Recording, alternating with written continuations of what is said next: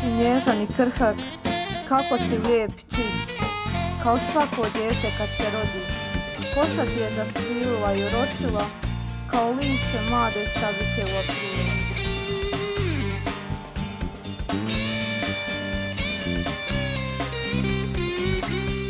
U zaboravljenom Stolačkom parku je počeo put. Put grupe srednjoškolaca koja je odlučila da javne prostore u 3 hercegovačka grada preuredi i vrati mladima. Nakon Stoca slijedilo je Trebinje i Posušje. Hercegovina, zemlja sunca, krša i najljepših priča. Došli smo na ideju ovog projekta Omladinske zone zato što su mladi širom Bosne i Hercegovine izrazili želju i potrebu da se napravi prostor za njih. Shvatili smo da je u Hercegovini to baš neophodno, tako da smo odabrali ova 3 hercegovačka grada, Posušje, Stolac i Trebinje, u kojima ćemo izgraditi mali park gdje će mladi moći da provode svoje slobodno vrijeme. Počeli smo sa Stolacem, zatim idemo u Trebinje iduće sedmice i onda idemo u Posušje. Imamo ideja znači da se također kroz ove parkove promoviše Hercegovina kao i naše lokalne zajednice i da se napravi jedan mural koji bi se nalazio u svim ovim lokalnim zajednicama sa natpisom Hercegovina, zemlja sunca i krša. Najpoznatije stvar Hercegovine koje imamo, tu su Stećci, Stari most, grožđe, smokve, tako te neke sitnice koje su prepoznatljive širom svijeta.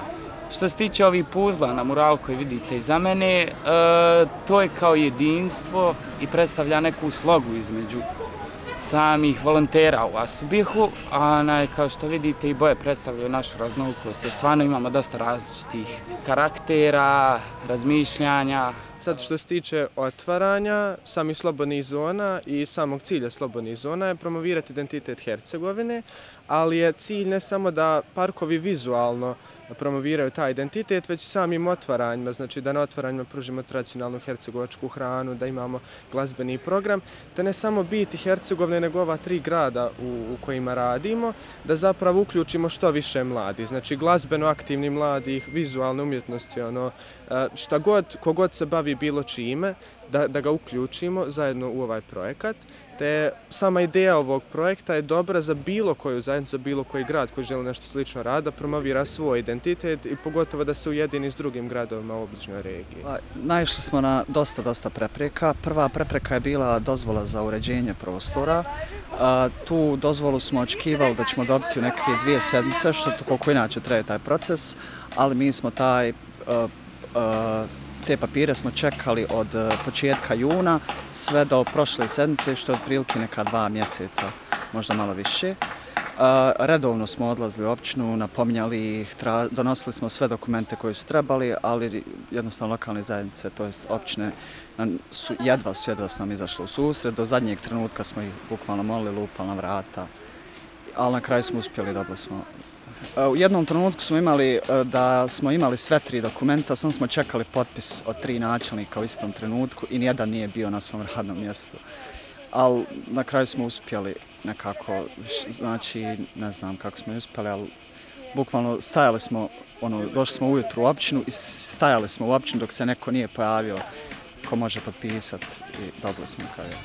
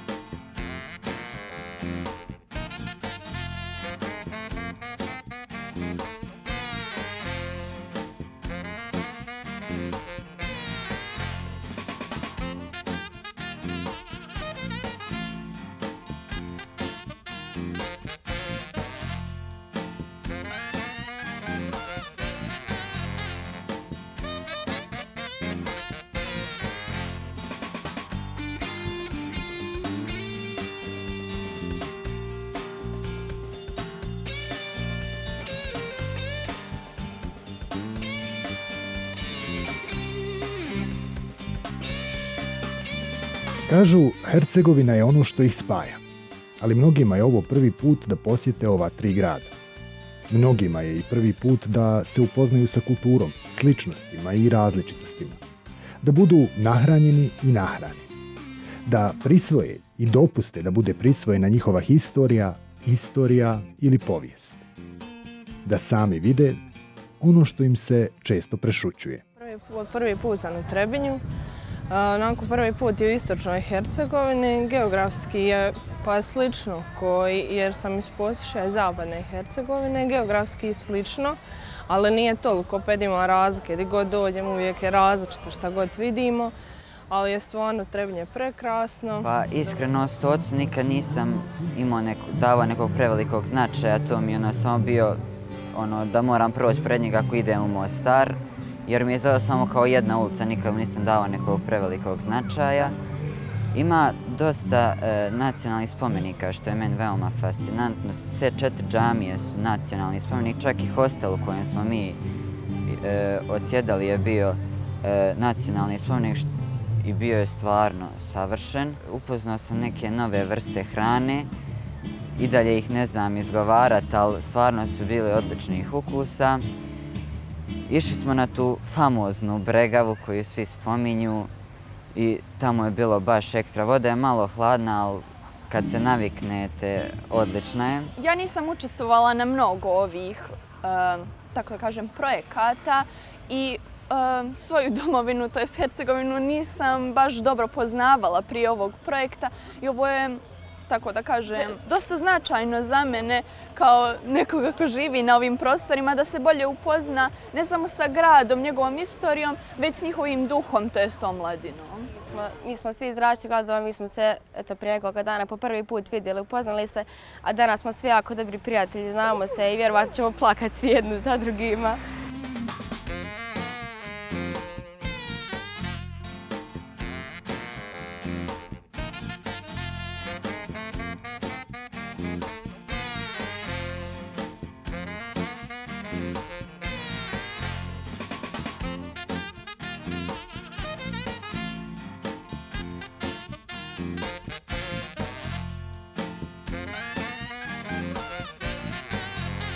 Hercegovački put krša, sunca i omladinskih zona je završio u Posušju. Ipak, čini se da je tu tek počeo.